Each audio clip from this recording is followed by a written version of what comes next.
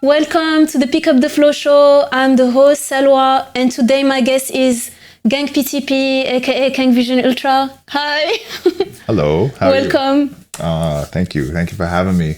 Yes. It's lovely to be in this new chapter, this new form of PUTF. Of course, it's my pleasure. And yeah, you've been on the previous chapter. Flow. Yeah, and yeah, the podcast is actually available on all streaming platforms if people want to know more about you in depth. True. But I'm so happy to have you here. Before we start, can you introduce yourself? Okay, word. I'm most people know me as GENG PTP and or King Vision Ultra. Born and bred New Yorker. And yeah, since before the internet. And I'm outside. I've been outside for a while. Nice. And yeah, PTP crew, collective / label, dad of PTP. And sound poet, teacher, archivist, things outside, So yeah, that's generally where I'm at. Born in Manhattan, residing in Queens now. That's just want to make that clear. Everyone gets that weird, everyone's people from out of town, always are like, oh, you must be from Brooklyn. And I'm like, what part of me gives Brooklyn? You know what I'm saying? I don't know. That's always a funny thing, for a New Yorker to get projected upon that, each locale has its own, nuance. And just because you're making things doesn't mean you have to be from Myrtle and Broadway, you know what I mean? Fuck out of here. So,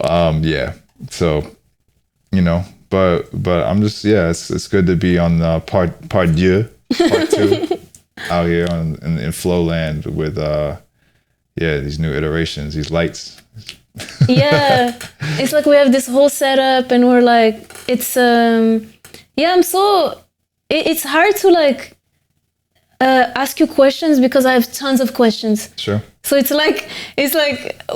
from where can we begin? But I was wondering, you mentioned growing up in New York. How was it to be in Manhattan? At that time, Can you tell us a bit about your childhood?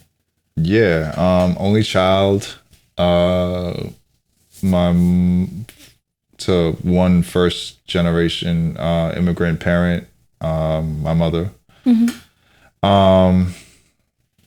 My pops was around. They actually stayed together, so that was cool.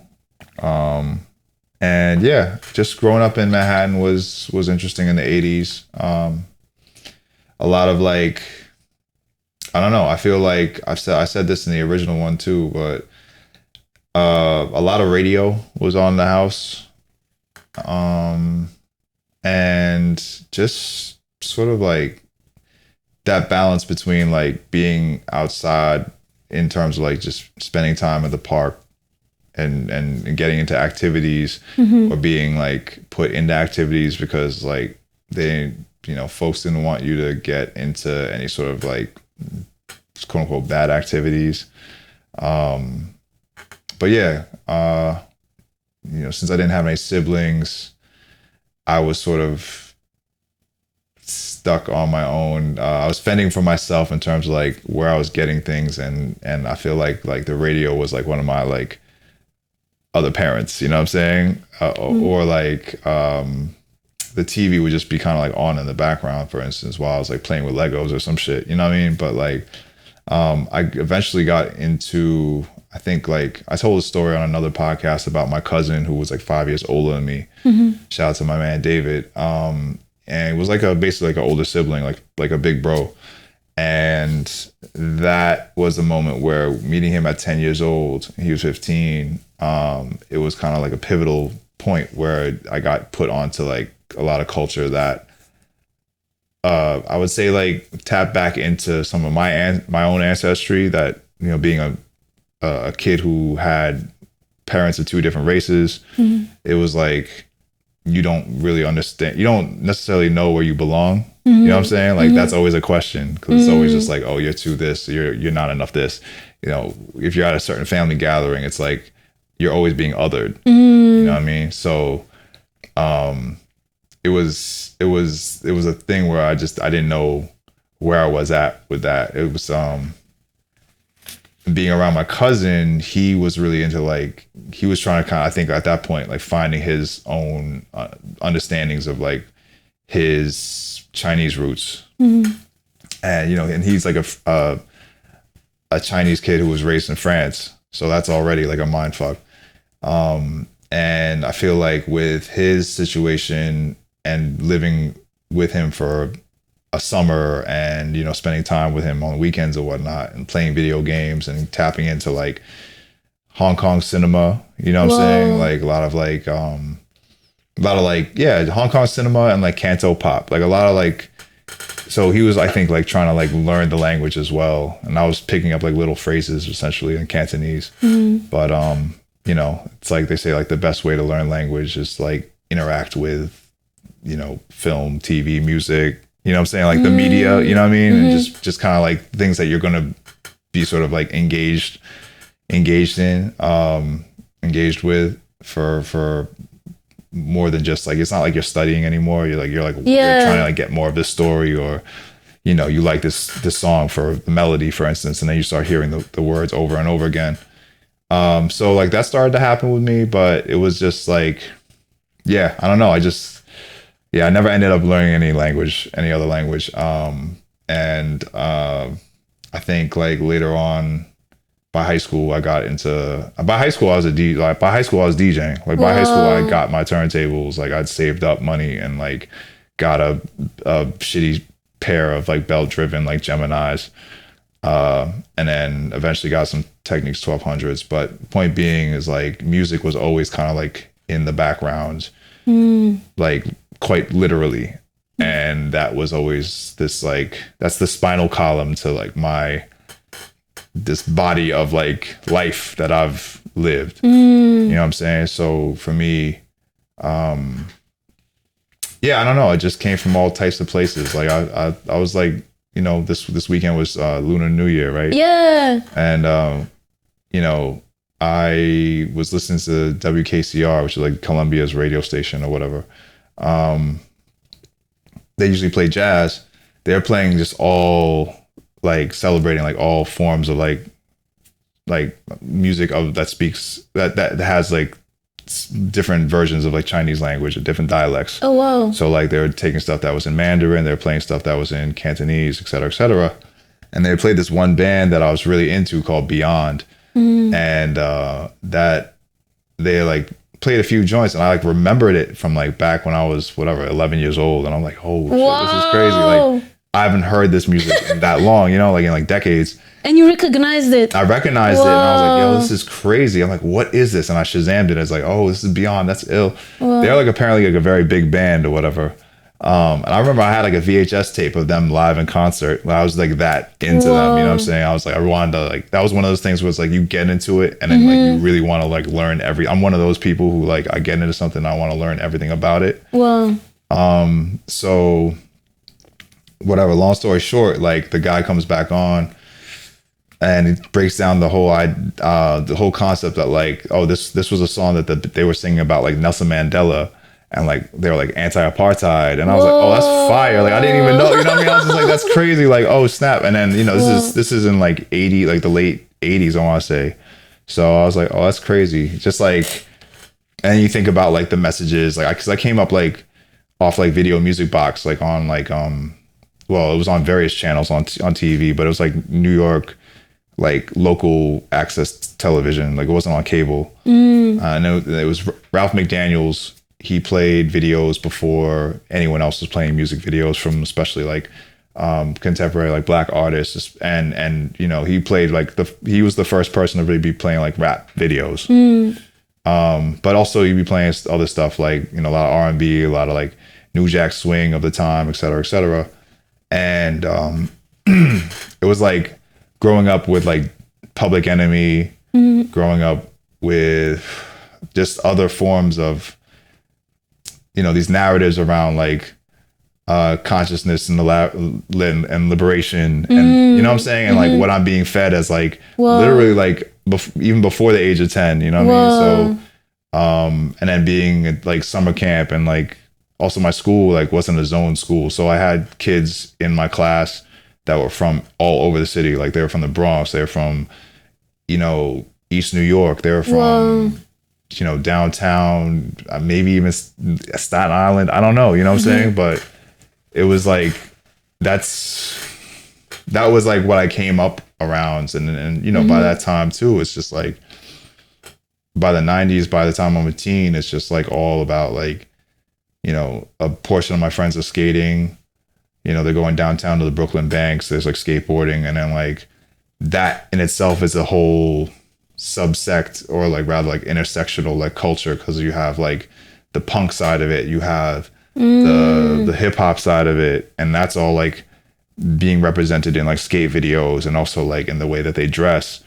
So it's all these like little like nuanced subcultures that I was around, and then there were other kids who were like, their older siblings were in bands, like hardcore punk bands or whatever. They would go downtown, play ABC No Rio or whatever, and then and then certainly like I was in a crew of kids who were like mixed in all that, but I was on my hip hop shit, you know what I'm saying?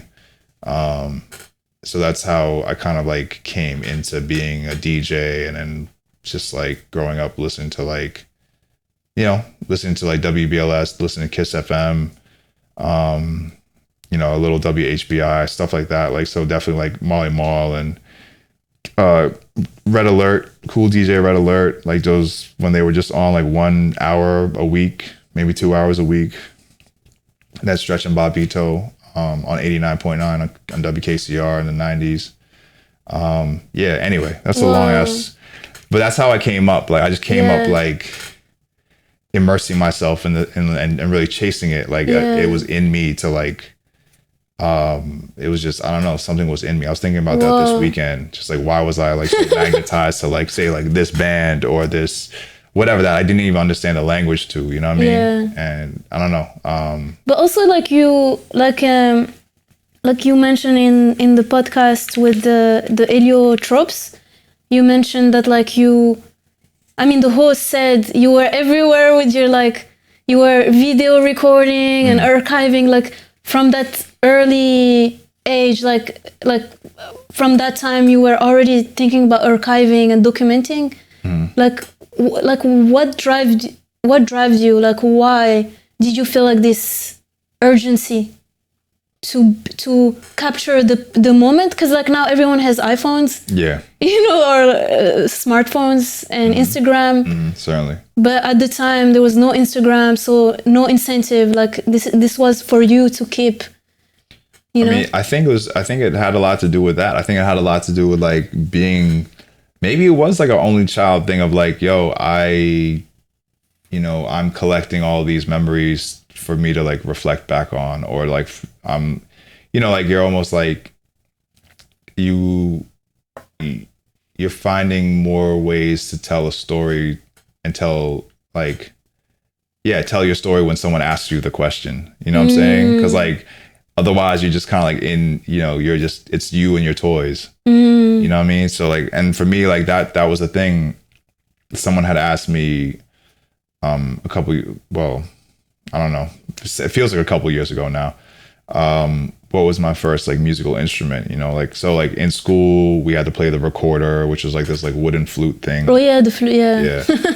Like this straightforward facing flute. And then I got into like the band playing trumpet, but like that was sort of like a prerequisite. That wasn't something that I was like, yeah, I want to play trumpet, like get me a trumpet, I need a trumpet, whatever.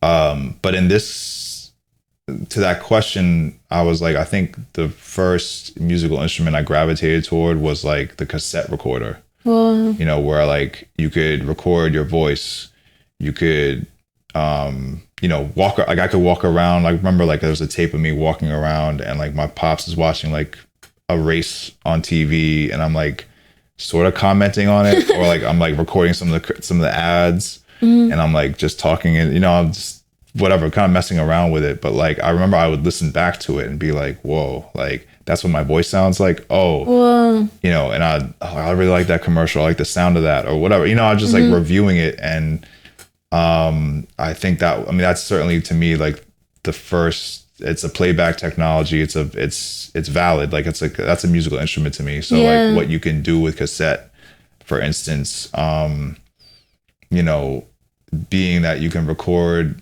things, capture these moments off of radio, being that you can like also organize and reorganize these pre-recorded sounds or newly recorded sounds, for instance, to tell a story like in the way of a mixtape.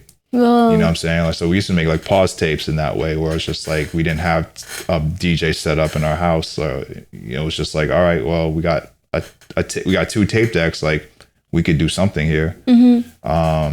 And you know, then I started making beats with like a really, really terrible Roland sampler, and that was just like loop things. It had no sequencer. It was the worst. It was a waste of money. It was terrible. But what I could do was like sample and then make a loop and then put it onto a cassette tape and then play back that cassette tape on another tape deck while I play a new sample onto another cassette. Whoa. So you're creating stems or like layers by like juggling cassette decks and this one sampler. So yeah, like there's ways that basically it's hacking. Yeah. You know what I'm saying? Yeah.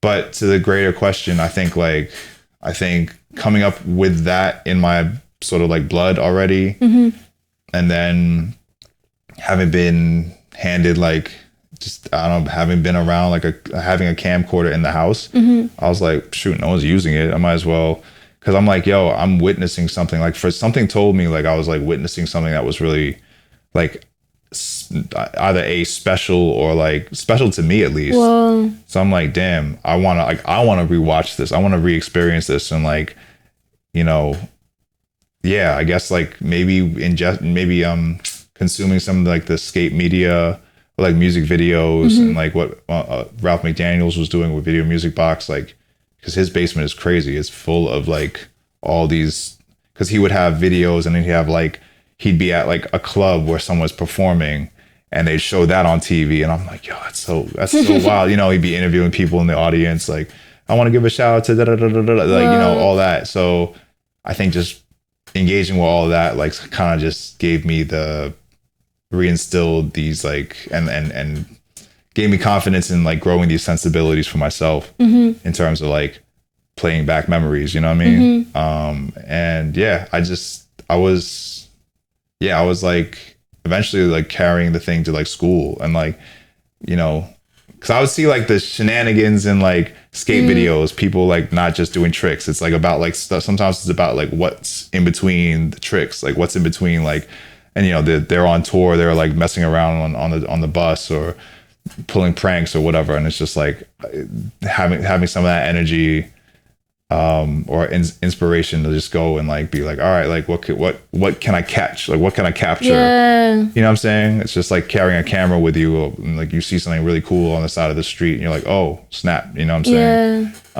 And that's what we do with obviously like our phones if we don't have like the analog equipment with us. But yeah, I think it was just that thing of like wanting to play back memories and also just like, yeah, to help further tell that story. And I didn't have the vocabulary of like archiving or documenting even. It was just like, oh, no, this is stuff that like my friends and I would just watch after school. Whoa. You know what I'm saying? Like, it's like, oh, like, yo, you weren't at this show. Like, yo, you got to watch this. Like, whoa, this verse is so crazy, or like this moment was so crazy. You know what I'm saying? And like, it's like a show and tell. Like, whoa. I think as an only child, like that urge to show and tell is like great, is quite, it's a priority because you don't get to do that to anyone in the house. Like, you're not doing that to anyone in the crib. Yeah. You don't have like a sibling to be like, yeah, look what I did. Oh, now I understand. You know what I mean? Yeah. Like, so even and my parents were always working. Yeah. So like, they weren't really around. Yeah. So it's like,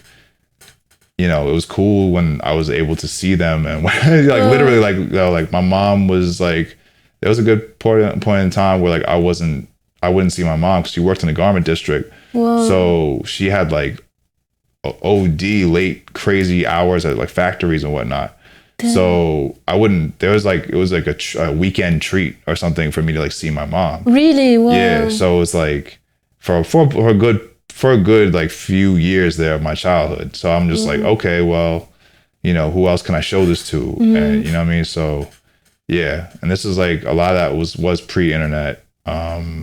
You know, I got like a dial-up account with CompuServe well, most of my friends had AOL accounts back in like back in 96, 97, something like that. Definitely by 97, I think I had like a dial-up account. I was like online, but you know, before that, it was kind of like, all right, you know. But what was like your did you have a dream or like aspirations like at that time? Yeah. Like what was... I wanted to be a DJ. I wanted to be something in music, you know. Nice. I wanted to definitely like, I don't think I was thinking about producing at that point yet, like not until maybe like 97, 98. But like definitely by like 94, before I got my turntables, I got my turntables end of 95, I want to say.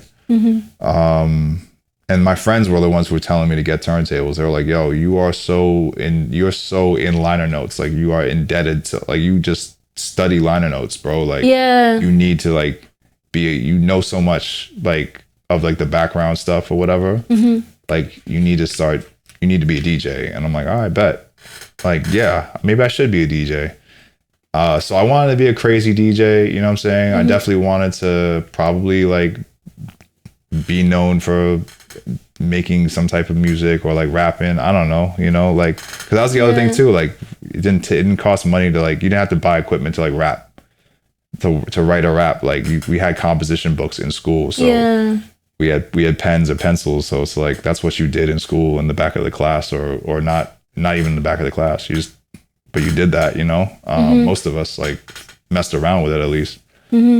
Yeah, I mean, I'm gonna mention again the interview with Heliotrope, because like you mentioned something very cool where you said you would dive into your dad's archive and it was full of like Motown and jazz records, and then from there you would spend so much time like reading the liner notes and actually like trying, like it kind of like planted the seeds of like what you're doing with PTP, because each label has their own language and visual identity, and I think it's something that's so interesting because you run this label PTP. Can you talk about PTP actually? Sure. PTP originally stood for Purple Tape Pedigree.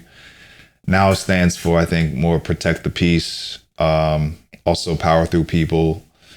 And it's a crew, simply put, that also functions as a label.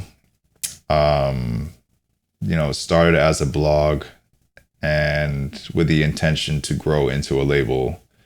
And the crew element was always there because that's something I grew up with. Like we were in crews when we were like, so you had a crew with like some letters or, you know, that's where PTP comes from. Like it's, and also that goes into like the writer's world or like the graph world, as some people would know it. Or it's like you rep your crew with like a letter, a couple letters or 3 letters or 4 letters or whatever.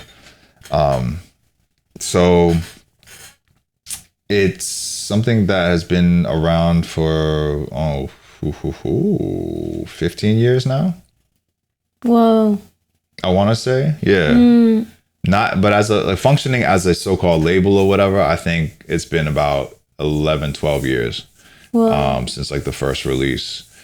And it's just, you know, New York based, you know, all day. But we have family all over, and it's a big collective. It's a big family, you know, and it's been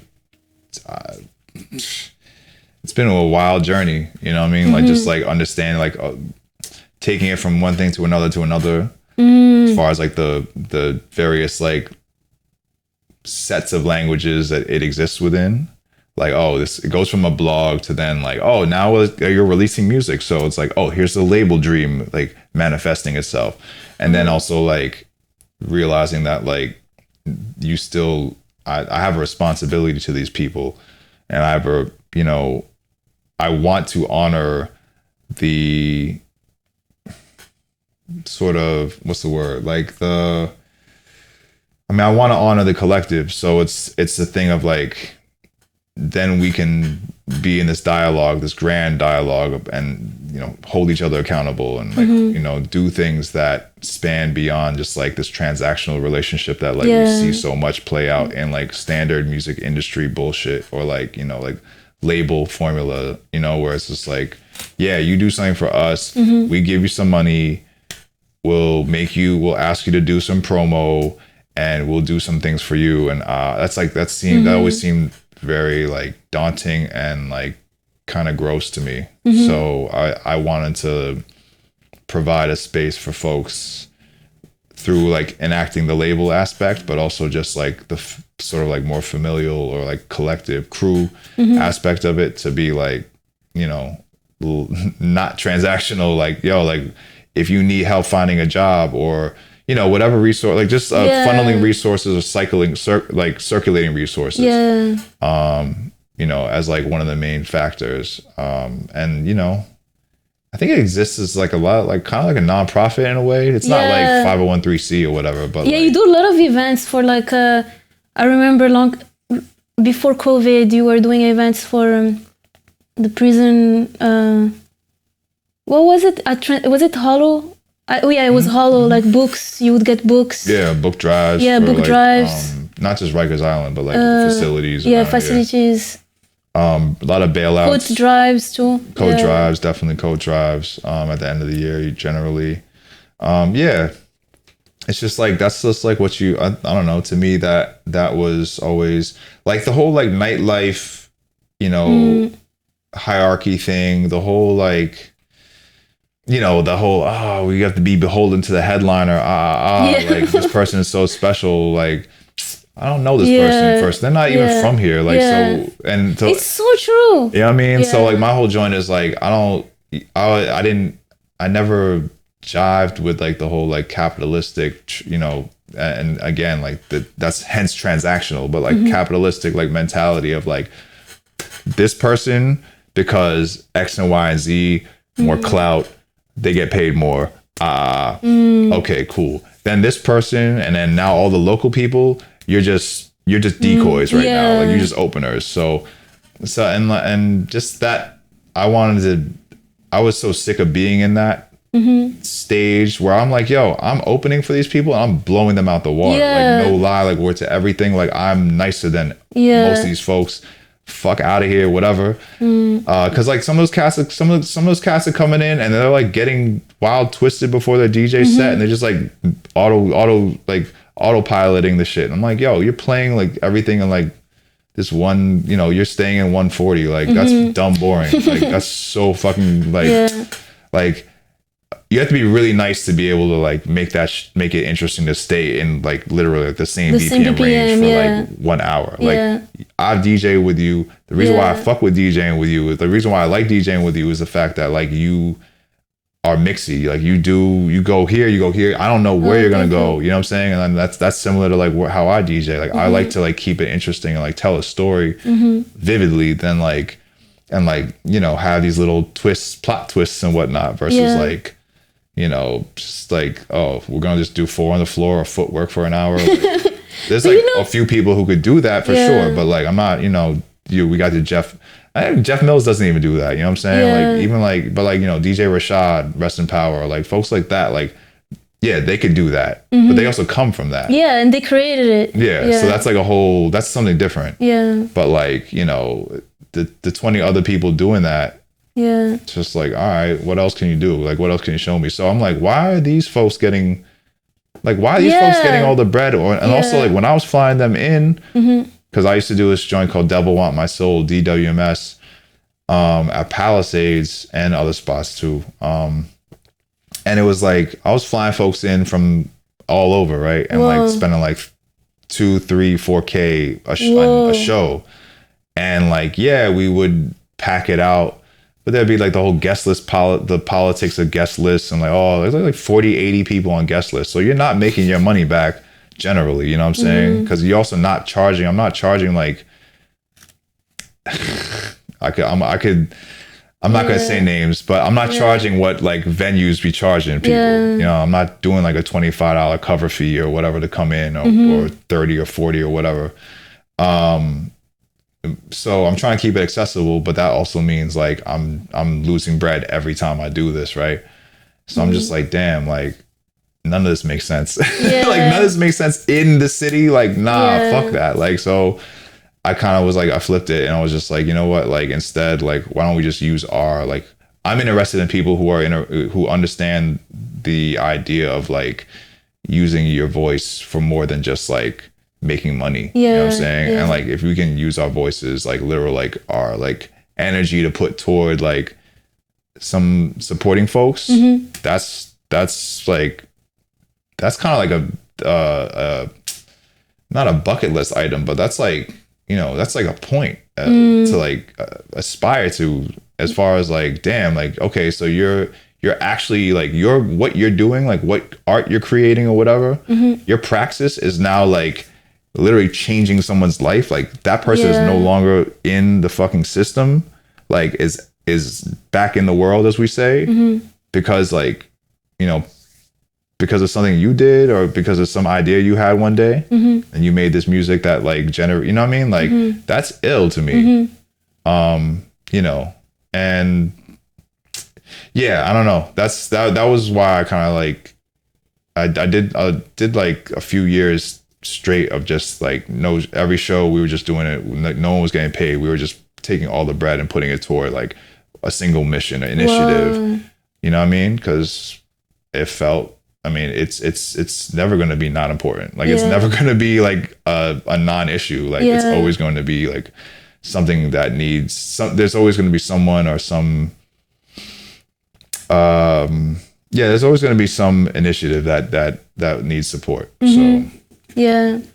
To come back to PTP, I'm really curious about your experience with the design, because you use a lot, like it's kind of like design is a necessity, like you started designing as necessity, and you're behind the whole visual identity.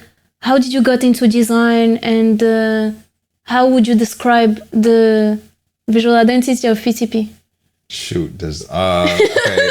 I don't know. You don't have to describe it. Describing the, I mean, like, because people ask me like, what does PTP sound like, and I'm just like, I don't know. It doesn't really sound like one thing. I feel like the design identity or the visual identity doesn't necessarily fall in one place either. Because also like, while I have my own, certainly my things that I really kind of like lean into. As far as like my design language, I also like, you know, I want to give props to the other people who have done it before me in PTP, and also do it alongside, you know what I'm saying? Like certainly like my man No PTP was the first cat who was definitely like doing. So like back in those times, like it would be like he'd have the technical hand because that's what he does, you know. Like, so I didn't know how to use any of the software. Like I didn't know how to use like Photoshop or anything like that. And I didn't really have the time nor interest in doing that. I just kind of like came from a more punk DIY collage background. So I would like, I've made a couple shirts. I would like have an idea and I'd give it to him like, yo, okay, like what if we did this? And like, how do you make a typeface look like that? Or like, how do you make it look like a Xerox machine? You know, like stuff like that. He'd also like add his own definitely add his own flavor to it. Like he would do visuals to all those DWMS events. And like, also my homie Cayenne, she would also do visuals, and she was a lot of the photography. Like she would do a lot of the photography work for us early on, as well as video work too. And then, you know, Dreamcrusher, my Cody, currently, you know, still, I mean, you know, definitely like one of my biggest inspirations as far as like visual design. as far as like people I could name. You know what I'm saying? I should have a better list of people I could name, but like a lot of that also comes from like you mentioned, like digging through my pop's record collection, and looking at like these Blue Note covers or like these CTI ECM jazz labels, with like these like very like these covers that have a certain established design language and the way they line up images with the type, things of that nature. Like there's certain symmetries that they have, that they contain, were really, I mean, beautiful images, beautiful color play. It spoke to me. So it's like the hardcore punk stuff that I was coming across. Michelle Williams' work for like some of like the hip hop stuff in the 90s that I was, she did the first Big L album, the Cool G Rap 456 album. I think she does some stuff with De La Soul as well. Oh, so nice. It's like, yeah, like I was really like going back to those. I always went back to them, and I was just like, oh, this is crazy. Like I really like how this is organized on it, like how this is laid out. You know what I'm saying? And the photography was really ill too. And a lot of the UK stuff too, like the Tricky, Portishead, all that stuff, like really Massive Attack, like all that stuff had a very strong visual identity to me. That also the music, like the sonics, the worlds that they built within the music and the sound was like, that's the thing. It's like the visual made sense with the sonics, like it's like you don't have one that's you don't really have one without the other. I mean, that's like Wu-Tang thing too. Like Wu-Tang was huge for me. Like I grew up with that. Public Enemy was huge. Everyone knows the Public Enemy logo. Everyone knows the Wu-Tang W. Everyone knows the Run DMC box type. And even like on a punk side, like people know like the Misfits skull, you know what I'm saying? Things of that nature. So I feel like a lot of that was just that, all of that like informed, is in my DNA, you know what I'm saying? Through like experience, not because like I'm just like, oh, like what else can I cherry pick? It's just like, nah, like that's. It's like you lived it. It's not. Yeah. I see what you mean. So because like I see so many designers, they spend so much time on Instagram, and it's just like digging there, but then it's like you're not living it. So it's like I feel like the way they assimilate the information. Like is kind of superficial, because then they forget, you know what I mean? Yeah. But like when you live that time and experience, it's like it's still a reference. It's like Absolutely, like right. you said, it's in your DNA. So right. Yeah. I think like with just I think like what I'm interested in is these little worlds that like can be made different with each instance. You know what I'm saying? So like for me, like if I a Dreamcrusher, and also like Dreamcrusher does their design, pretty much the only thing I ever designed for that's related to Dreamcrusher is the one Centennial Gardens like live CD from last year. That's your band, like your project. Dreamcrusher and I are well, we changed it to Centenny Gz now, because it's like Centennial Gardens is like a landmark somewhere in like, really? rural Pennsylvania or some shit. So like if you Google that, like you're gonna find all this goofy stuff. So it's like Centenny Gz or CGs. I like it. Yeah. Centenny is just like I don't know. I think shout out to our homie Mike, who is at like every show. I feel like he might have been the one to say that first, utter that word. But I think like I see a lot of design on IG, and I went through my little like design days of like, ooh, like what, like But you see a lot of this like European stuff that's like really like maximal. Maximal. But like clean maximal. Yeah, I see. Yeah, and exactly. It's like, I don't know if I could do that because my brain doesn't work like that. Yeah. Like I'm not from Switzerland or whatever. You know what I mean? But at the same time, it's like, I don't want to do all that. Like, and also like this looks like this, looks like this, looks like this, looks like that. Like this all looks the same at the end of the day. But also like, I feel like you mentioned in an interview that like you're very interested in like, like using like textures. Yeah, all So- day. Yeah. So maybe that's what like draws you to like a different kind of practice. Yeah. Where it's more like hands-on, because like it's like making music or like taping, filming. Right. So I think that's such a it's actually really, it's more inspiring, and it's unique in a sense that it brings something new to like the design kind of like world, field. Well, yeah, I think like it brings something alive to the like process, because you don't know, like when you're dealing with analog anything, right, like whether it be like cassette tape or you're sampling, even like for instance like there's the whole thing of like some people like Portishead, for instance, they used to like they record something and they press it up on like a dub plate and then sample it. Oh. And then that's how they'd make their like music. They'd sample themselves. Wow. But they'd sample themselves off of like a dub plate, off of vinyl, because that lent, that created a texture that can only live in the grooves of that dub plate, right? And the same thing, like a lot of KVU stuff, especially like early King Vision Ultra stuff. The first album I used like 2 4-tracks, like cassettes, and then I used a lot of like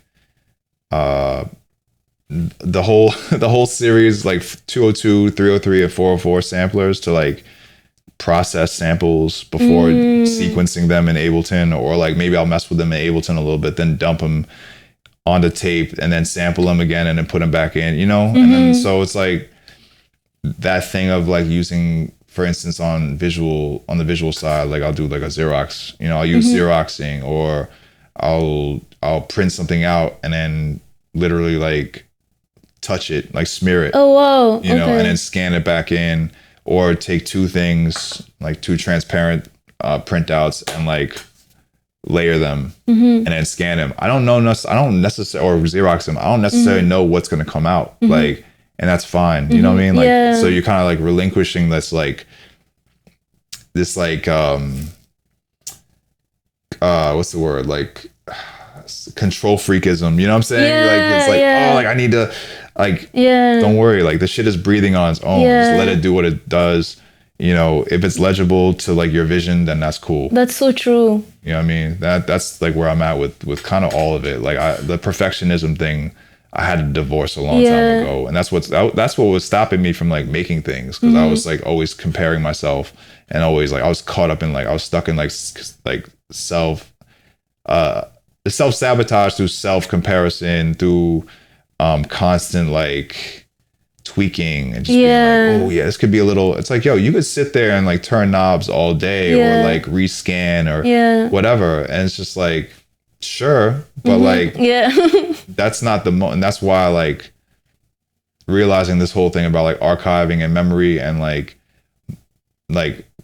so-called capturing a moment, it's just like, yeah, like, and the agency that's involved or that's like integral to that, as far as like the concept is, however this sounds right now is how it sounds, and that's how it sounded in the moment. You know what I'm saying?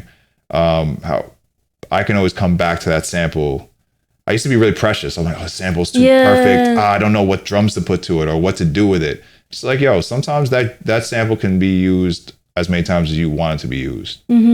Like, who's to tell me, like, I'm not signed to anyone, so I don't need to report to anyone to be like, oh, well, I use the same sample, so like I'm good. I don't need that. You know what I mean? So that's why I think also I've stayed like on my own too, and not like kind of like turned away any like external like support when it came to like making work. You know what I mean? Making like, my practice or whatever, like continuing on my practice. There's no like labels involved. There's no like someone in whispering in my ear being like, yo, you should like go this direction, or like really like nah, like I want to be on my own terms with it, because if I'm going to give away my agency, like I don't really even know what's worth, like how I can't even put a number on that. You know what I'm saying? It's so true. It's like a duality between giving our agency or just being free, but then a part of us wants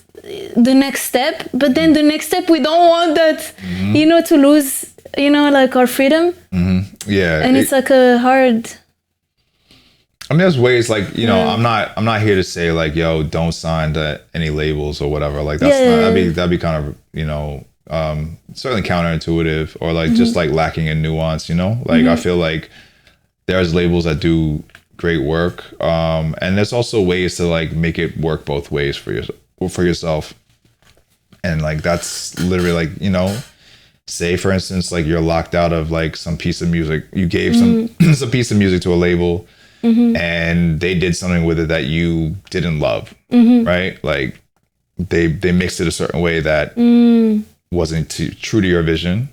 Well, like there's always a bootleg. Like you'd always like put your shit out on like a white label and like do your version of that song. Like this is a gem. Like I'll give this away. Like that's it's easy. So true. You know what I'm saying? Like you always press up a CD or make a tape and like put that out. Like you can even, cause like if you sign a contract and they have one version, you can change it a little bit or this you know what I'm saying? So like and pertaining to a certain conversation we had earlier, like it's the same, you know, like you can apply that. Like I feel like that's my answer to that. Like, you know, don't ever let anyone tell you you can't do something with the thing that you are like literally responsible for. Like, you know, I mean, don't take that as a full-on blanket statement, but like, you know, just if you want to use the shit again, like if there's a conversation, if the respect is there and like you can have a dialogue, cool. If that person is locking you out of that dialogue, then like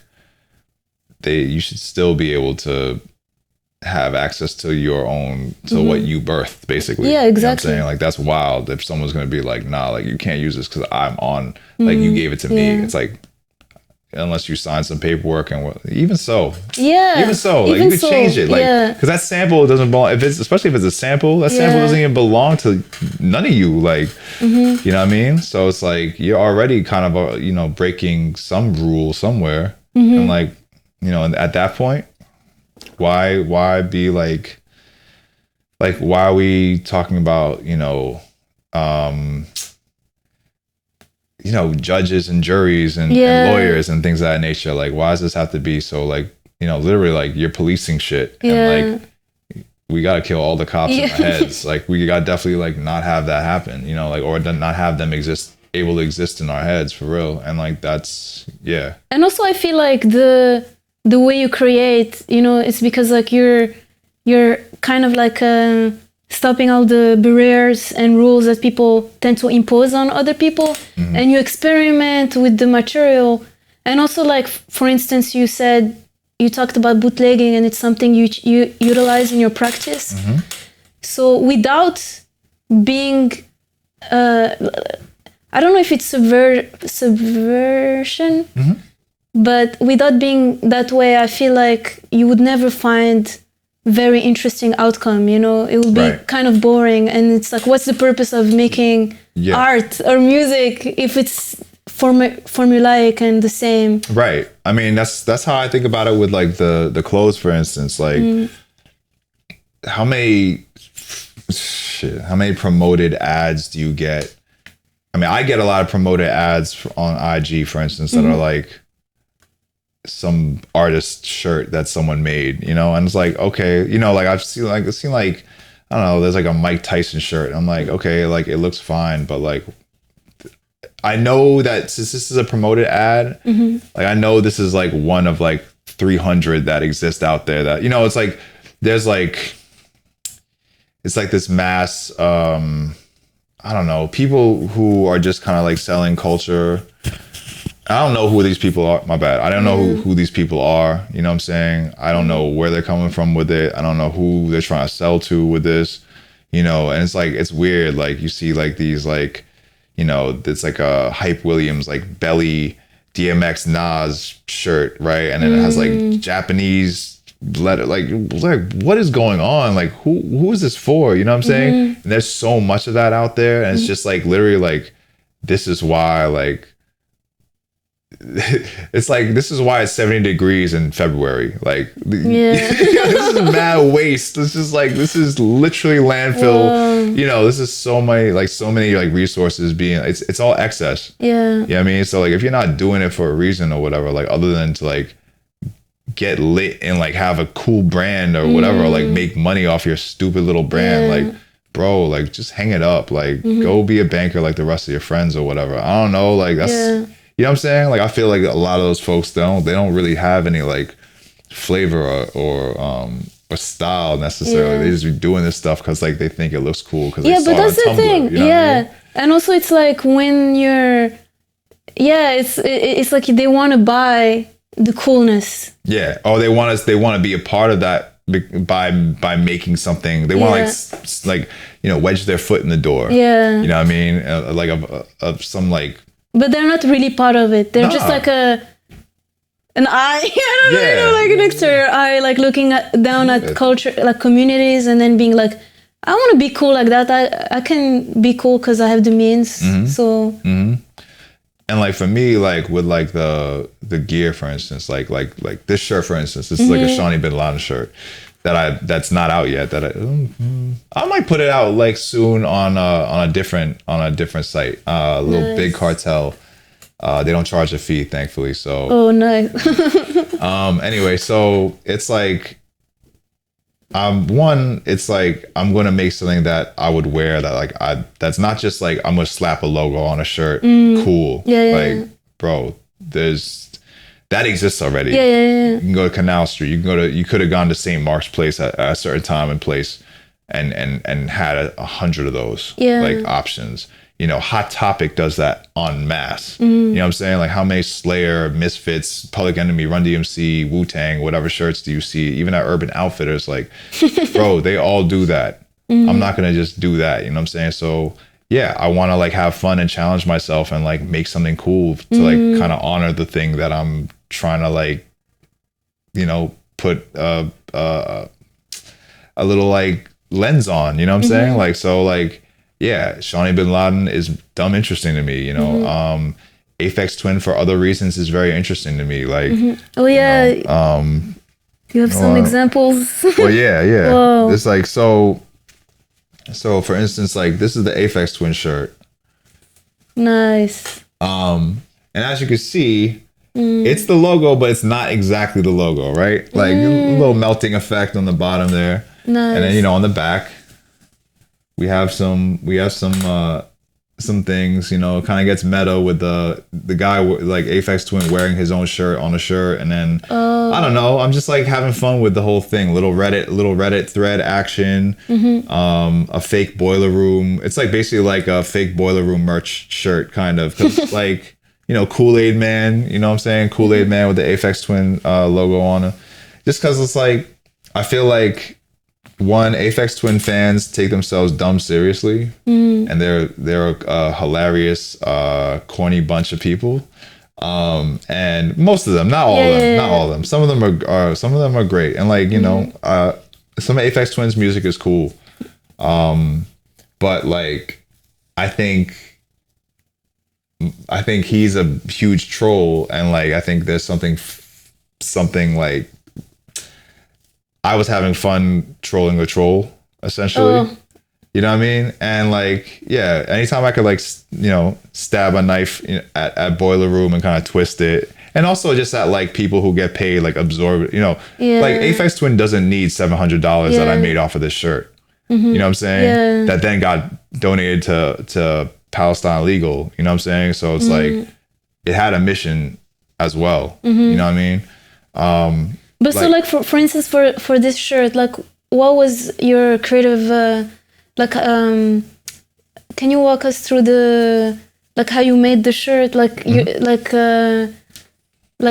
what were your ideas, like how did you decide I'm gonna use this like Reddit screenshot and stuff like that? That's just part of my process. I just like when I like I said, when I get into something, I like not necessarily.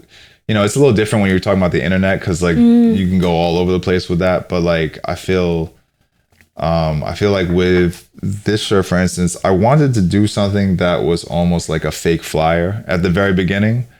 Like the first iteration of that was completely different. It wasn't the logo on the front. I just thought it was like, that came later. That was just like an Audacity move. I was like, yo, the logo's ill. Like I love the Aphex Twin logo. I think it's like, I think it's brilliant.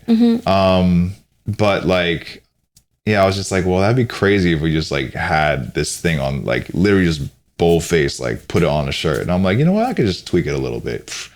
Did a little bit of something to it. But the original front was like a flyer, like a boiler room, like a fake boiler room event. Whoa. With like other people, a certain Nina K. We're not going to mention the rest of her name. Who else was in it? Brian, was it Brian Eno?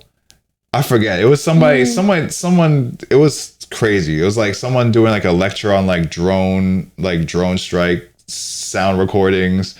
And it was just madness, but it was like, that was too heady. I don't know. It was just, I have the file, but I don't think I'm ever going to do anything with that. And I even like worked on, like did some Xeroxing, like processed some of the letters and all that, but I was just like, nah. And I was like, I thought about the Kool-Aid Man. I'm like, yo, that's kind of ill. Like, I like taking like characters, like iconography and just flipping it. So like whether that means a logo that's like well-known, recognizable, or like a character that's also like recognizable. So like a Felix the Cat, or like, you know, taking these characters from various places, and also like the cartoon space is a very different space than the like photography. Like I'm taking screen caps or some image that appeared in Wired magazine or something like that, right? And then like taking a internet relic, Reddit, you know, archive where they're talking about basically the thing is like it was going to be about his submarine. There's like a myth about like Aphex Twin having like owning a submarine, as well as like living in a bank, like a bank vault. And like he apparently does own a tank, like a little, like a very small tank. So I'm just like, yo, like that's the perfect target for this shit. I'm just like, all right, like this guy has literal like war machines as toys, like fine, that's like crazy. You can get that work. So it's like, yeah, you know, it's like, but it's so interesting because it's like when you talk about this, it's exactly, it goes back to what we talk about when you were younger, you know, like how sampling and documenting, archiving, it's still like part of your process.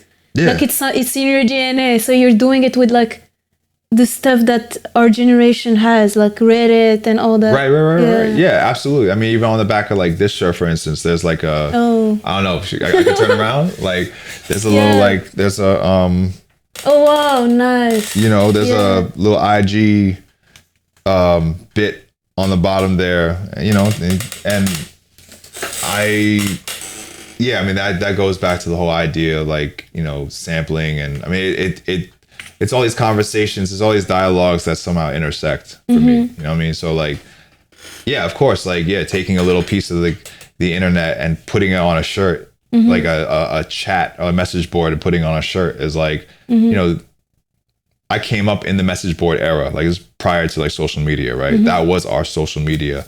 And like, a lot of those message boards, you know, don't exist anymore. So those are all these conversations, all these huge dialogues, people having, you know, real life escalations happened off of some of these message boards, like, you know, fan bases and whatnot can be ravenous.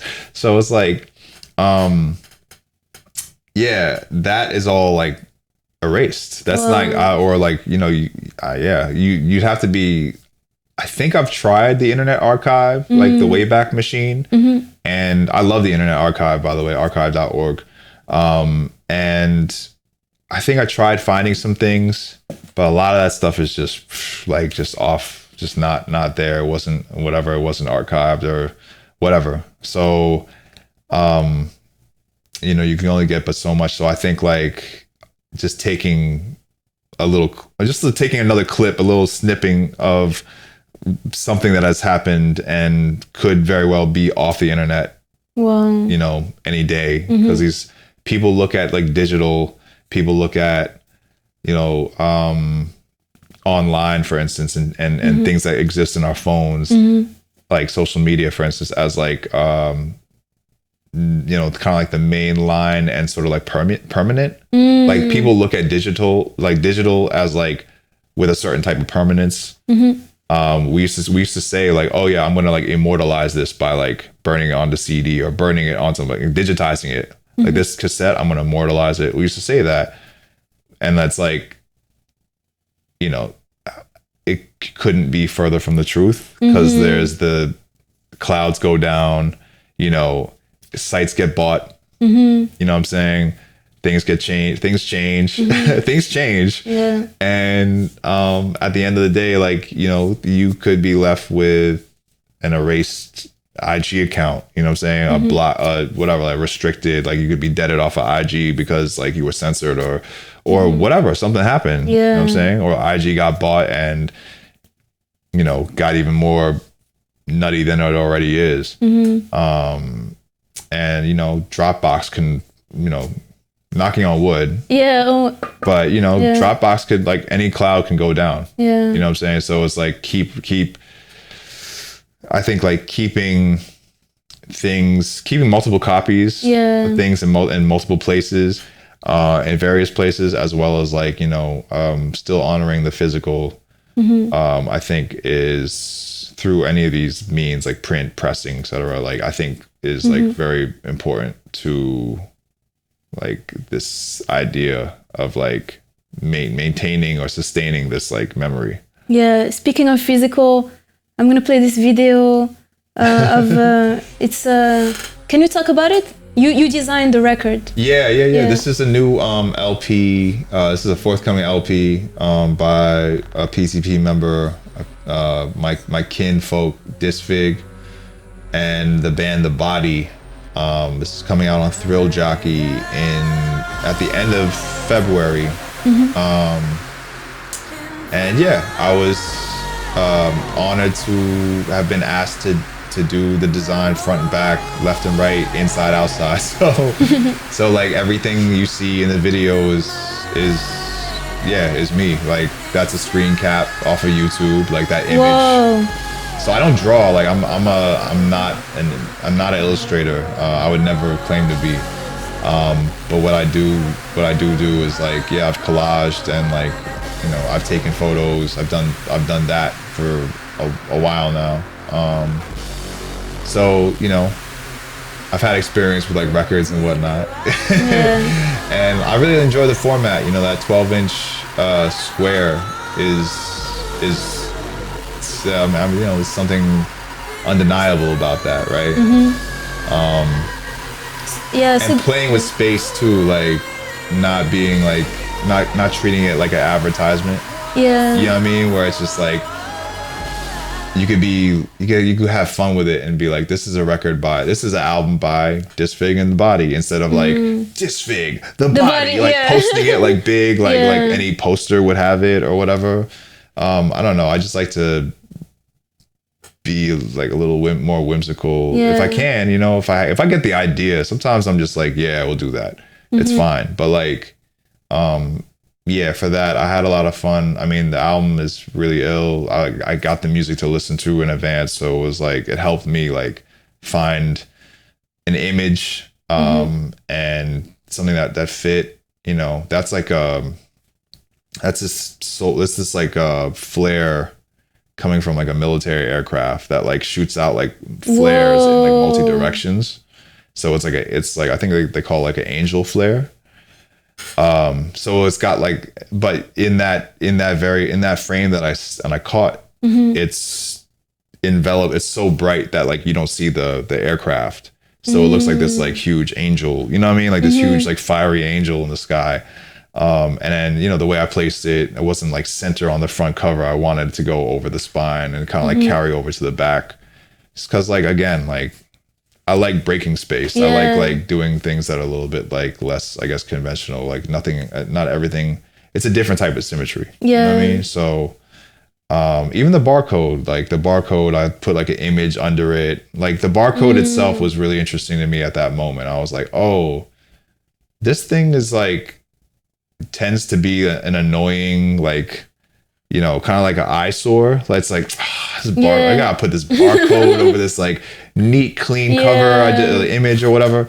But I'm like, you know what? Like, let's make the barcode its own sort of like living element. And I took this like image I got from this anime, and that's actually of a thing that they call the angel. Nice. Shout out to everyone who knows about Neon Genesis Evangelion, and just like put them together, kind of like started playing with it and like grew the barcode. I'm like, like I don't know, something about like one day I'm gonna do something like this really antithetical to like the function of a barcode. Like one day I'm gonna like make the whole cover like the barcode whole, like so like you can't even scan. You have to like literally like, be on the top of like a ladder and like scan it that way type shit. That would be like, really cool. I mean, yeah, I don't know. Because it's true. It's like why it's like imposed on us, this barcode. Yeah. Because especially because it's like a label, you know, like it's like a big label, right? So their whole thing is like, you know, they're very like, it's gotta have this, it's gotta have that, and I'm like, all right, like I could play with your rules, but I also play with your rules. Like I'm gonna mess with them a little bit. But you know, I think that's like a very important point that like I don't see that much in design.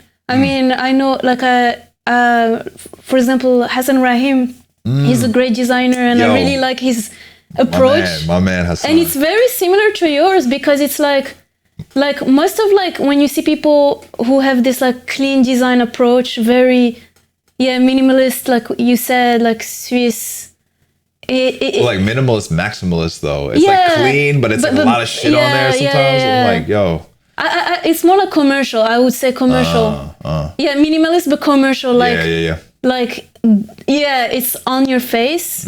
It doesn't have that like it's like in music, like a lot of people do that kind of music, very commercial, maximalist, like on your face. And I feel like we need sensibilities in design, like design or music. And I was wondering, like, do you feel that like how do you juggle with like your music practice and design practice? Is design a necessity now? Like it's essential for you? Like, do you love, like, is it becoming like music when you were? Yeah. Wow. Short answer is absolutely. I think I picked up design as a necessity because all my friends were busy. You know, like I had a release coming out, and like, you know, my homie Note was in a different chapter, a different place in his life at that time and his job.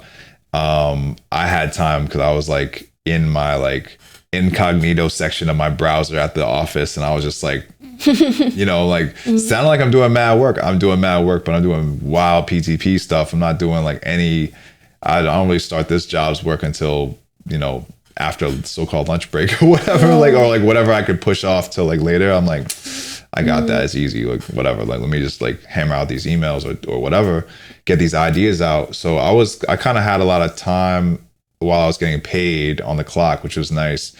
And you know, and certainly that's a privilege I had at one point. Now it's a little different because like, you know, freelance, hello, hire me. But yeah, so but I think now and since then it was just like, okay, well, shoot, I've been around this. I just need to trust my gut. I need to trust my eye. And, you know, like I might not know every trick in the book, but I can do something. And that's like how I started. It was like flyers and like a couple cassettes. And then I got back and then I just got deeper into it. And then I started getting like more, the comfort level, the confidence level gets raised, and you're like, okay, wait, I like how that came out. And then you're doing, you know, new things. And then I some things I look back and I'm like, you know, wow, that's kind of embarrassing, or like whatever, you know, that, or that, not even embarrassing, like that was a moment. I needed to do that in order to do X, Y, and Z and do what I do now. But it's part of you. It's part of the evolution. So it's important. Yeah, no, absolutely. So for me, I'm like, especially now, like with, say for instance, like with like, certainly my own music, 3 of 4 I designed myself. I'm happy, like I'm excited to do that work. You know, that was the whole thing too back in the day. Like I was in a punk band for like 1 second, and I did more merch design than songwriting. Whoa. I'm not a good like rehearsal person. I don't know. Some people have seen me at rehearsals recently and they're like, oh, like gang shows up.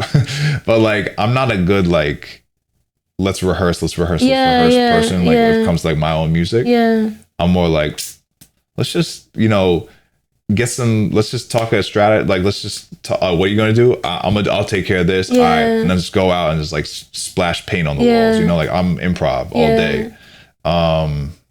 And yeah, so like coming from that, I think, I don't know. I think that gave me also some structure too, like having like having that control, being able to like frame the thing in this sort of like visual world, So like back then it was like I was like hyped to make shirts, for like this punk band that had no songs, and I'm just like, we made shirts and sold shirts because they like were kind of cool looking to like the people who were, when we were 20 something, you know what I'm saying?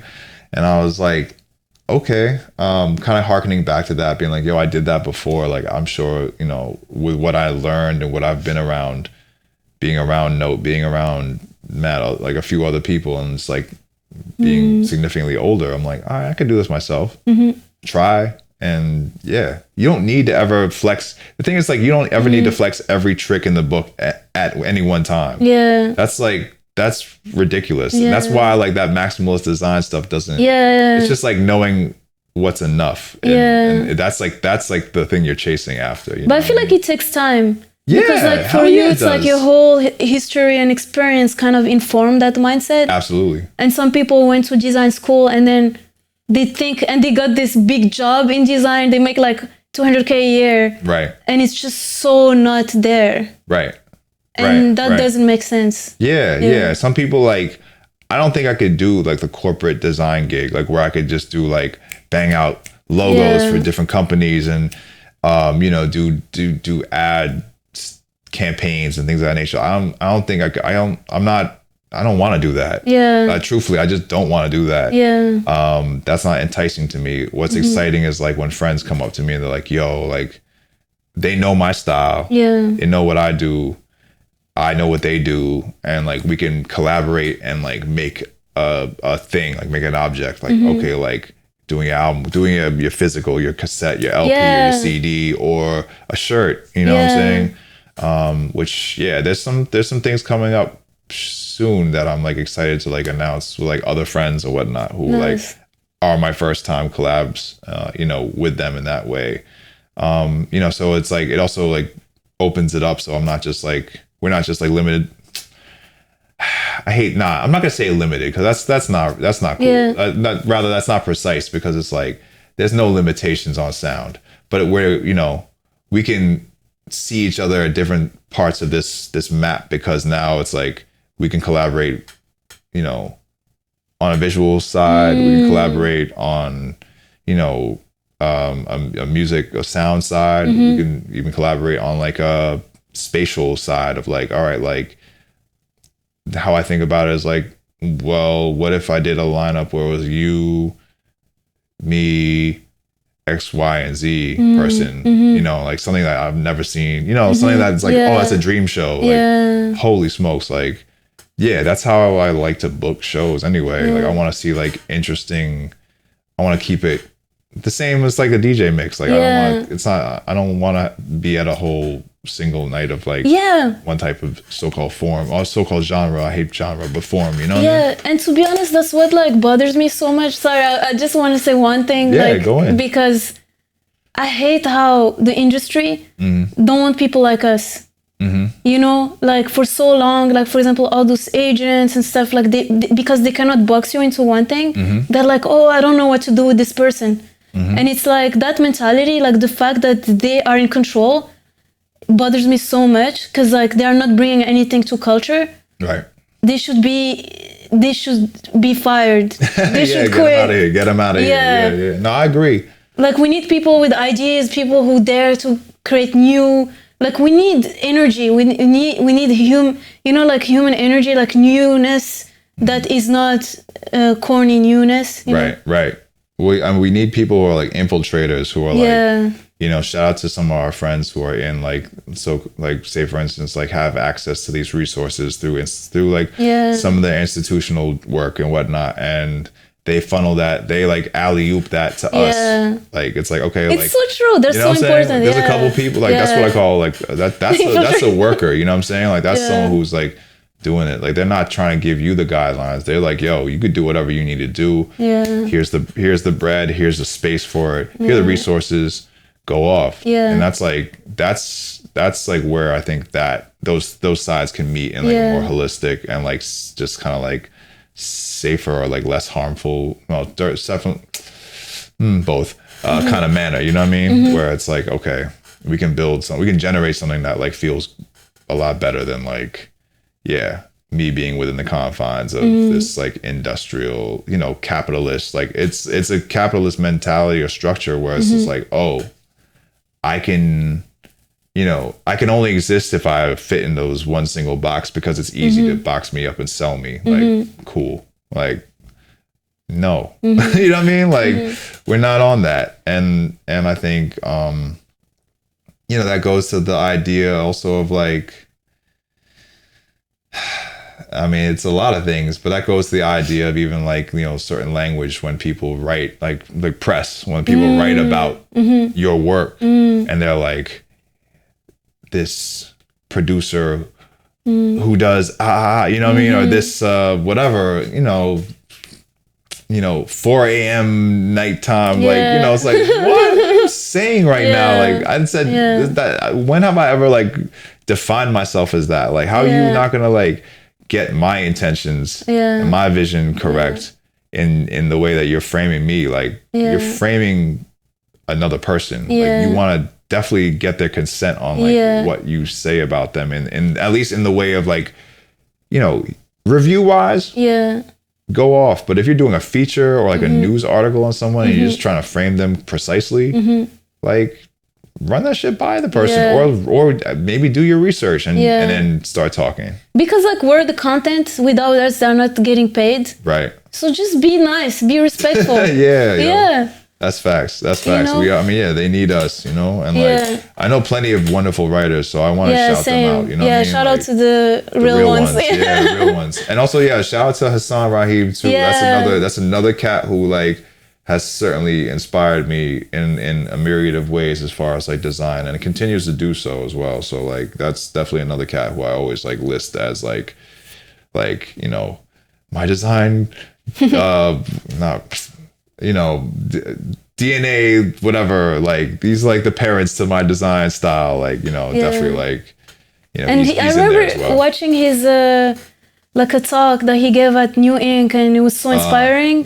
And I think also he loves so much music, so he also comes from that music kind of background that like infused the design language, and I see that in your work as well. And I think we need, that's what like it's so I don't know, there's something with like music, like people who love music or use music in a segue into another discipline that they're doing, that adds something very interesting and inspiring. But I wanted to, before I ask you the last question, I wanted to, do you have any more like objects that you would like to show us? Let's see. Objects. Let's see. I got plenty. I don't know, shoot. So you'll be organizing this market. That's a good event. That's a good one. Yes. So actually some new objects coming in for that. Oh, nice. Here's the Protect the Peace. Oh yeah, nice. Joint. This is like this is actually a Shook World item, but a little Protect the Peace action here. Nice. And I was just on some like, I made this like right before that the show PTP did with Algiers and their crew at National Sawdust, and originally, and I was just kind of like on some like anti-surveillance, because I think a lot of the album deals with that too, amongst amidst the whole gentrification thing, and they're all kind of tied together. So I was like, I have this image of like these like iPhones. I was just like searching on like YouTube. Whoa, these are iPhones like that were like shot with like a high caliber, like high velocity like bullet from like an assault rifle. Like it's like it's some random stupid video that probably messed up my algorithm for like a week. But like yeah, I was just like, yeah, that's the thing. And then here's another cartoon character, well, video game character actually. And then on the back, this is the new version. Has the cast of Shook World on some gratitude, little scenes from Akira, fuck the mayor, suck, SMD, my name just trailing off there because like who cares? And yeah, the Shook World sound system. This is actually, you can't really, this got Xeroxed in a real messed up way, but this is the Macy's Thanksgiving Day Parade, as they call it. In the 90s, I forget what year it was exactly, but it was the year that the Barney balloon went out of control, and like they had to like bring it down, and all these cops like came up to it and started cutting it open. It was really? Like they just murdered Barney. When was this? This was like in the 90s at some point, or maybe like the early 2000s. I was like whenever Barney was big, you know what I mean? And like yeah, it just went crazy. People were like, because it was so windy, people were like getting dragged away. What? I need to watch this. Yeah, they like had to like murder Barney. Like the cops murdered Barney. Whoa. Which is like, they would do that, like yes. So I was like, I had to include that, some New York history in that, even though I don't remember the date. Nice. But yeah, this So are you bringing all of this to the market? Nah, a lot of this stuff is like just from my own archives. That's one. Here is. Let's do this. Let's actually, you know what? Pick this one up. This one was a recent one. I kind of like the way this print came out. If any of you are listening on Spotify or Apple Music, you should watch the video. Yeah, you should definitely watch the video because you're getting half of what's happening right here. But this is for my friend, Disfig and my other friend, Alice E. Jones.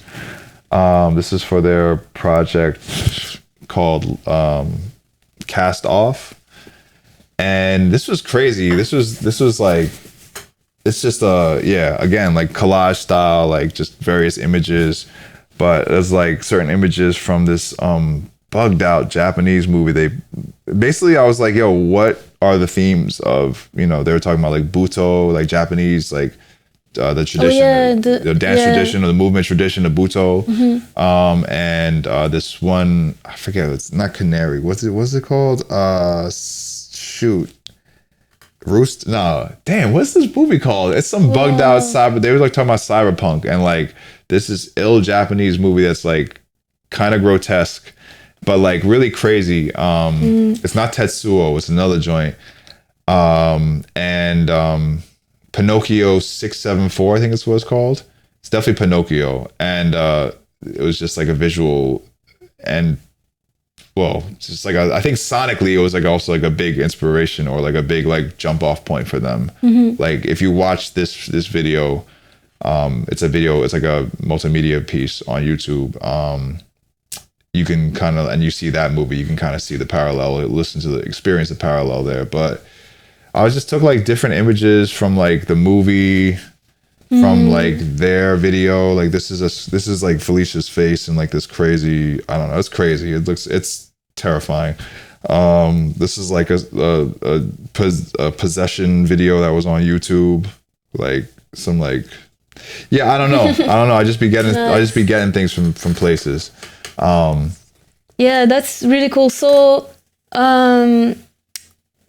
you have this compilation that you finessed. You finessed in terms of. Can you talk about finessing? Yeah. Quickly mention the compilation before I ask you the last question. Sure, yeah, absolutely. The compilation is called "Resist Colonial Power by Any Means Necessary." And it's a large collective action of over 90 songs, 90 gestures. I'd say probably over 100 people involved, like 100 different sound poets are involved. I had a lot of conversations since mid-October, late October, I'd say. And that's kind of like, this is the result of those conversations. Yeah. And, you know, the compilation in itself is a statement in support of resistance. And, you know, we stand for the freedom, the liberation of people who are undergoing, or, you know, undergoing oppression. You know what I'm saying? I don't want to refer to them as oppressed people. I want to talk about them being people who are, you know, currently under the hand of oppression. You know what I'm saying? Through empire, through settler colonialism. You know, sales of the compilation, which it's been really incredible, actually. Wow. We've raised, at this point, it's been just over a week, and we're over 7,000. But like, that's done amazing. over 7K. All profits, or rather all sales, go to 50% will go to the medical professionals in Gaza, that GoFundMe, and the other will go to Cultural Capital Haiti. My friend's brother actually runs this organization out there. Oh, wow. They're doing incredible work as well. And, you know, it's to draw the sort of like the fact that things are happening in multiple places and to multiple people. You know, there's that intersection, I think, that gets illustrated.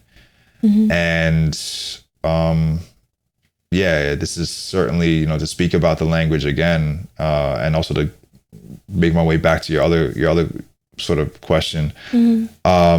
You know, this is not a charity, and I wanted to make that clear in the statement on the album page. Like, you know, I think that's again a very, like, we need to step away from the idea that, like, because money is being funneled, support is being funneled toward in support of people, doesn't make it a charity and doesn't make them charity cases. I think that's actually quite reductive to the people receiving the support, and, you know, it dehumanizes them. It you know, it also like taps into this hyper capitalistic kind of like mentality, or mentality of like, okay, the function is you raise money, you give it to people who are basically, what it's saying is lesser. You know what I'm saying? I don't jack none of that. So for me, we had to be clear about that, and you know, we raised a lot of that money within 3 days. 3 days, yeah. You know, and with no press, like I didn't even send it to anyone for press. I was just like, nah, like, we put it out for pre-order. It's still up on pre-order right now, being that was it Monday? You know. So I also want to mention that, like, you optimize sonically all the songs. Right. So finessing, sonically optimizing is another way of saying what they call mastering. I don't jack that language either. Like this whole like industrial engineer talk, or like music industry talk of like slave and master, like MIDI, talking about like MIDI and also gendering like cables, like female and male and all that. It's so true. It's like what like man came up with this idea, or like specifically what white man came up with this idea, like, you know what I'm saying? So for me, I feel like all language, you know, the language matters, and it's just like, I'm doing what I can in my space to change that. Like, if you know, so I didn't actually sonically optimize every song in there, but I did probably, there were like maybe 10 songs that I didn't, you know, or so 80, you something like that. Yeah. Wow. I don't know. So, and that's why it's not out yet. Cause there's a couple tracks that are still coming. Like people like, yeah, I'm like, I'm not trying to put you on a deadline. Yeah. Like, it's you good. Like, I know you're working on something. Like, you know, it's cool. I'm still working on track. I'm still, I have a couple of things to like produce, like finish producing and mixing, and then like sonically optimizing. Yeah, that's really inspiring. And is it like yeah, how did you manage your time, because you do so many things? Like how do you do it? Like I think maybe it goes back to your childhood, because you like you had to create your world. You know, like you had to create the infrastructure because you were, you know, I don't know, maybe I'm not a therapist, but I feel like there is something about also living the moment and making sure you're not just like, you're doing something that is important. I don't know. Yeah, I mean, not important. I mean, that like brings change, like positive change in society. Like it's not just like you know what I mean? There is thought behind everything you do. Yeah, there's an intention. You know what I mean? Intention. I think like understanding that that's part of the root maneuver, you know, that's like part of like the literal like foundation to how, I don't know, like how you move. I feel like that has, and it doesn't just stop at intention. Like you gotta follow through with that. And like you gotta like, you know, walk the walk, like you're talking a lot, but like, do you walk it as well? You know what I mean? Like, that's what I was always taught from a youngin', you know what I mean? Like, and then maybe not in the most like, healthy of ways, you know, maybe some of that was like a little bit toxic or harmful to me, but like at the end of the day, like I am who I am because of my experiences and like, the way I manage time. I don't know exactly what, I mean, this was something that, you know, was, I don't know. I mean, I'm bugging out, like thinking about how, you know, within like 6 days, I did like 60 tracks. Yeah, that's insane. By like different artists. So it's not like, oh, this is all by like the same, this is for the same album, like the same one artist album. So you're dealing with the same single sound. It's like, no, like if you listen to this compilation, like it has things that hit every sort of like side of the spectrum, you know what I mean? I think it's just commitment. I think it's also like, just not like, not playing around with your time in the way of like, I don't really, you know, I like to balance it out. I like to like make sure I get sleep. That week I didn't sleep too well, but it's whatever, you know what I mean? Like it's okay. Like 1 week of like not great sleep, and it's more my fault than anything else. Like I think I had like I have all the space, or I believe I have enough space to be on a good sleep schedule. I think I just like slipped up a couple times, you know what I mean? Like it's really not the worst thing that could have happened to me or to happen to anyone, you know what I mean? It's cool, but like sleep is very important. Let me not also downplay that, but like there's folks out here who are, you know, not sleeping at all because they gotta figure out how to stay safe at night when they're, you know, they don't have a home, they don't got a roof over their head or whatever, and they're cold or whatever it is, you know. So amongst other things. So for me, I feel like I was just like, I had to like stay committed to the mission and my own word, you know what I mean? Like if there's like 100+ people that are counting on me, like I better not drop that ball, you know what I mean? Like that'd be crazy. Like that would be so wild, you know what I mean? Like I would be a very, very and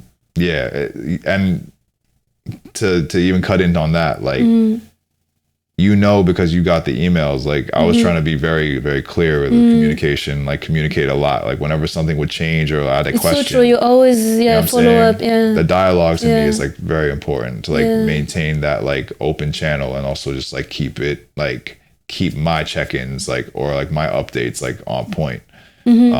So like at least it's there, and like and not to like overkill in like a whole message, like save everything for like one email. Like no, like if I'm gonna, you know, I want to email people in like sizable in bite-sized chunks as much as possible.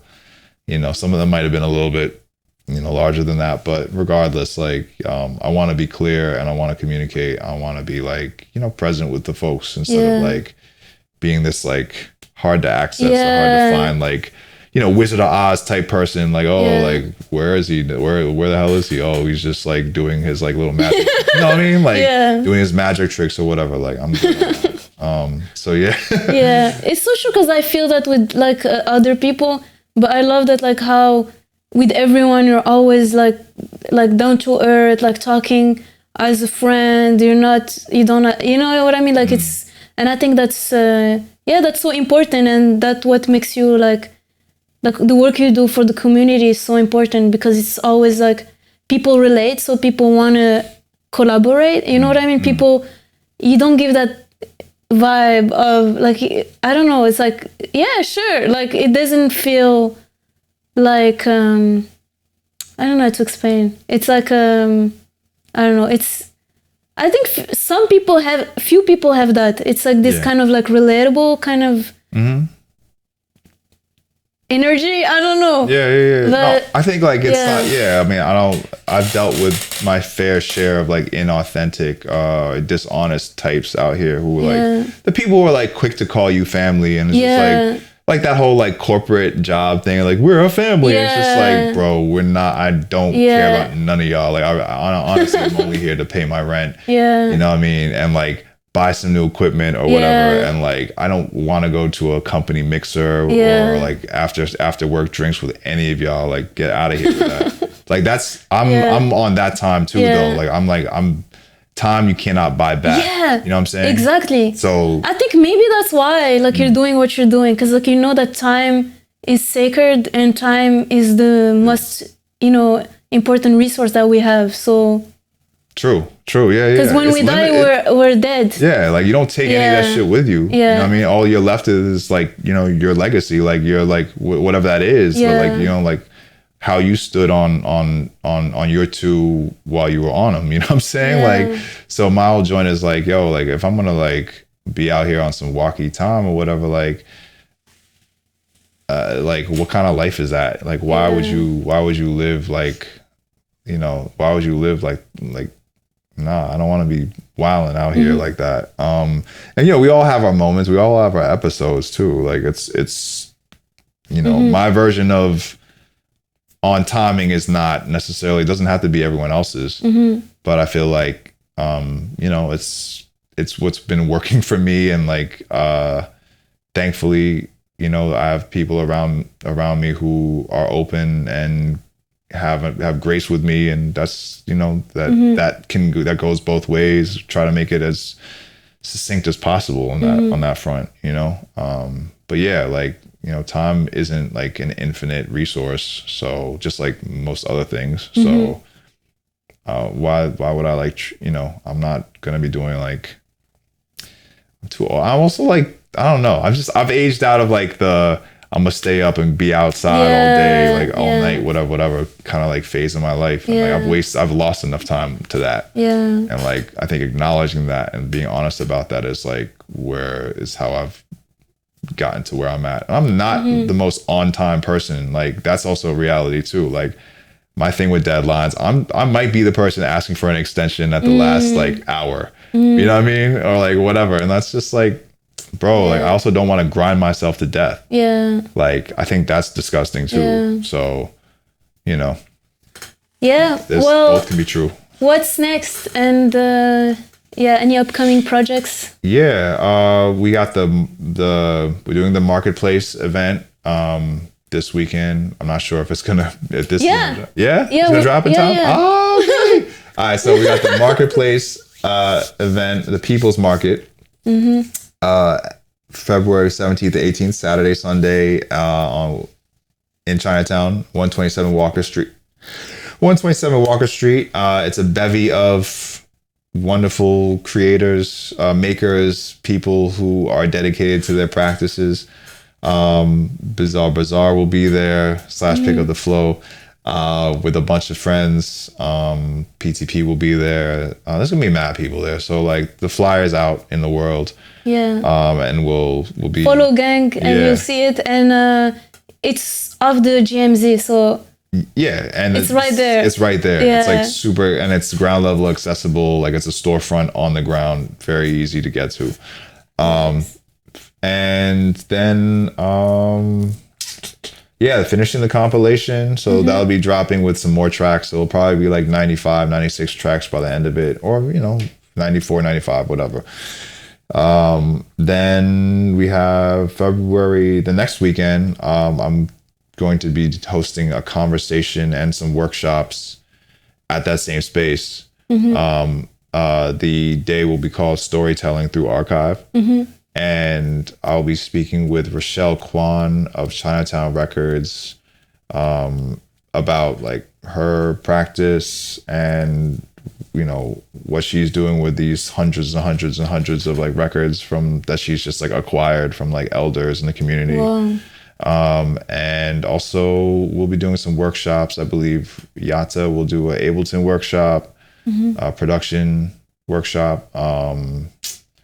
There's a couple folks. There's gonna be a collage workshop, homie Sierra. There's gonna be that, and then there's gonna be another one on March 10th where I'll be talking about my own archive and showing clips and footage that's never been shown before. Well, nice. Some people might know what some of that might entail. Historic footage. Yeah. And then things I shot on the camcorder back in the day. Isabel and Marcel of Documenting the Nameplate will also be in conversation.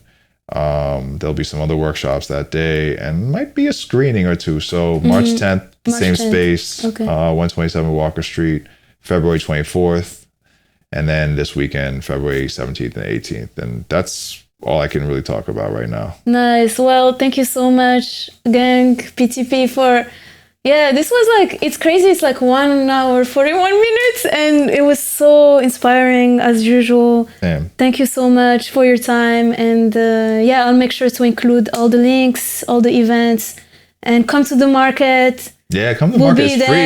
It's free, and it's like close to the train. It's right there. And Saturday and Sunday, so you can come anytime. Right. But thank you. Bye. Peace. Thank you for having me. Protect the peace. Hey, protect the peace. You already know.